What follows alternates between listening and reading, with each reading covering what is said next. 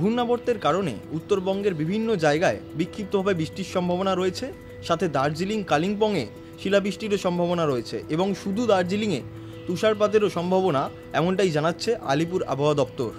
যদি দক্ষিণবঙ্গের কথা বলি, দক্ষিণবঙ্গের ক্ষেত্রেও কিন্তু একটা হালকা থেকে মাঝারি বৃষ্টি এবং ঝোড়ো হওয়ার সম্ভাবনা থাকছে, কিন্তু তাপমাত্রা কোথাও গিয়ে কমবে না।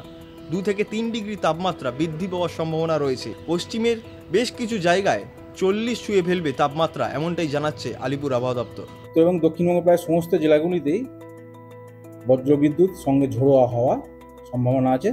তার সঙ্গে উত্তরবঙ্গের এই দার্জিলিং কালিম্পং জলপাইগুড়ি কোনো এক জায়গায় শিলাবৃষ্টি হওয়ার সম্ভাবনা আছে এবং ওই হালকা মানে কী বলে তুষারপাতও দার্জিলিং জেলার জন্য দু এক জায়গায় হয়তো তুষারপাতের সম্ভাবনা আছে।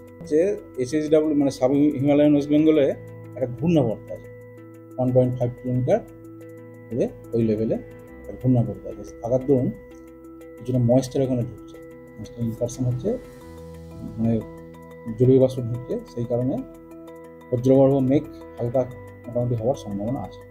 আমাদের ক্ষেত্রে, আমাদের কলকাতা এবং দক্ষিণবঙ্গের ক্ষেত্রে আগামী 38 ঘন্টা মোটামুটি 2 থেকে 3 ডিগ্রি দিনের বেলায় তাপমাত্রা, সর্বোচ্চ তাপমাত্রা বাড়ার সম্ভাবনা আছে। আজকাল.in এর জন্য অভিষেক সিংহ।